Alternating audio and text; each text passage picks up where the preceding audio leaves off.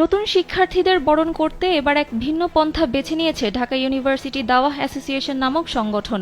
ঢাকা বিশ্ববিদ্যালয়ের ২০২৩-২৪ সেশনের under graduate প্রোগ্রামে ভর্তি হওয়া নতুন ১৫০০ শিক্ষার্থীকে বরণ করা হয়েছে পবিত্র কোরআন ও হযরত মুহাম্মদ সাল্লাল্লাহু আলাইহি ওয়াসাল্লামের জীবনী গ্রন্থ সিরাত দিয়ে।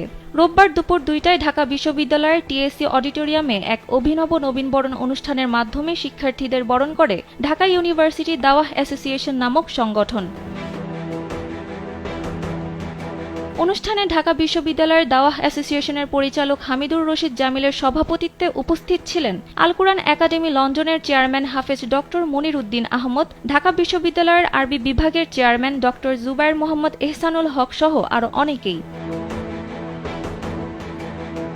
আয়োজন প্রসঙ্গে হামিদুর রশিদ জামিল জানান, ঢাকা বিশ্ববিদ্যালয়ে ২০২৩-২৪ সেশনের নবাগত শিক্ষার্থীদের নিয়ে ঢাকা বিশ্ববিদ্যালয়ের দাওয়াহ অ্যাসোসিয়েশন দুপুরে নবীনবরণ প্রোগ্রামের আয়োজন করে।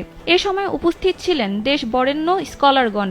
প্রত্যেক শিক্ষার্থীর জন্য দাওয়াহ অ্যাসোসিয়েশন এর পক্ষ থেকে উপহার হিসেবে ছিল একটি কোরআন প্রসপেক্টাস, সিরাত গ্রন্থ ও চাবির রিং।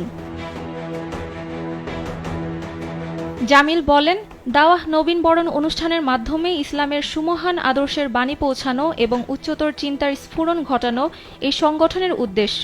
এই নবীনবরণ শুধুই একটি আনুষ্ঠানিক অনুষ্ঠান নয়, এটি এক স্নেহময় আলিঙ্গন, ছিল একটি উষ্ণ অভ্যর্থনা যা জীবন চলার পথে একটি নতুন অধ্যায় যুক্ত করবে। দাওয়াহ অর্থাৎ আল্লাহর পথে আহ্বান, যা আমাদের অন্তরের গভীরতম উৎস হতে প্রসারিত হয়ে পৃথিবী জুড়ে মানবতার দিশারি হয়ে ওঠে। শিক্ষার্থীদের হৃদয়ে এই আহ্বানের তাৎপর্য অনুরণিত করতে, তাদের সামনে দাওয়ার সৌন্দর্য মেলে ধরতে এবং মানব মুক্তির এই মহান অভিযাত্রার যুক্ত করতে এ নবীনবরণ। জামিল আরও বলেন, ২০২২ সাল থেকে ক্যাম্পাসের শিক্ষার্থী ভাইবোনদের নিকট দাওয়াতি কাজ করার চেষ্টা করে যাচ্ছে সংগঠনটি। ইতোপূর্বে ক্যাম্পাসের হাফেজ ভাইবোনদের নিয়ে হাফেজ সম্মেলনও করা হয়েছে।